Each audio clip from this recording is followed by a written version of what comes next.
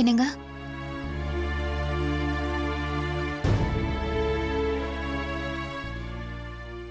என்னாச்சு? ஏதோ யோசனையில இருக்கீங்க போல. ஓ, ஆபீஸ்ல ஏதாவது ப்ராப்ளமா? ஆபீஸ்ல எந்த ப்ராப்ளமும் இல்ல சீதா. இன்னைக்கு நான் ஒரு அம்மாவை ஸ்டார் ரெசிடென்சில பார்த்தேன். அவங்கள பார்த்ததுல இருந்து என்னமோ தெரியல, என் மனசுக்குள்ள அவங்க மேல ஒரு இனம் புரியாத பாசமா இருக்கு.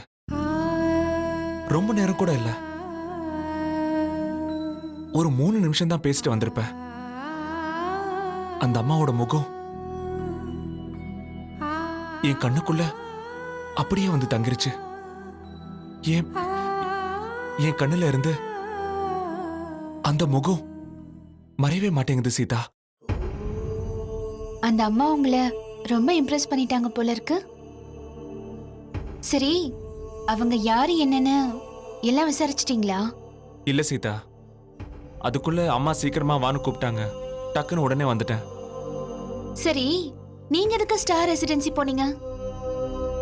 நான் ப்ளூ மூன் ரெசிடென்சில ஒரு கிளையண்ட்டை மீட் பண்றதுக்காக போனேன். அங்க ஏன் கார அவங்க காருன்னு நினைச்சு அந்த அம்மா டோரை ஓபன் பண்ணிக்கிட்டு இருந்தாங்க. நான் கிட்ட போய் எக்ஸ்கியூஸ் மீ, இது ஏன் காருன்னு சொன்னேன்.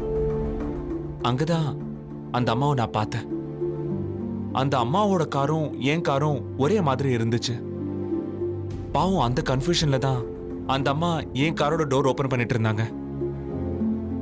அப்புறம் அவங்க கார் கிட்ட அந்த அம்மா போயிட்டாங்க. நான் மறுபடியும் கிளையண்ட் கிட்ட பேச வந்துட்டேன். பேசி முடிச்சிட்டு பார்த்தா கார் மேல அவங்க ஹேண்ட்பேக் இருந்துச்சு.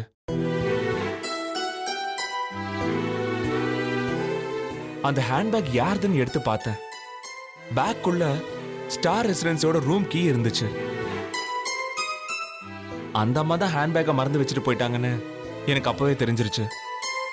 அந்த ஹேண்ட்பேக்கை ப்ளூ மூன் ரெசிடென்சி செக்யூரிட்டி கிட்ட கொடுக்கலாம் தான் நான் முதல்ல முடிவு பண்ணேன்.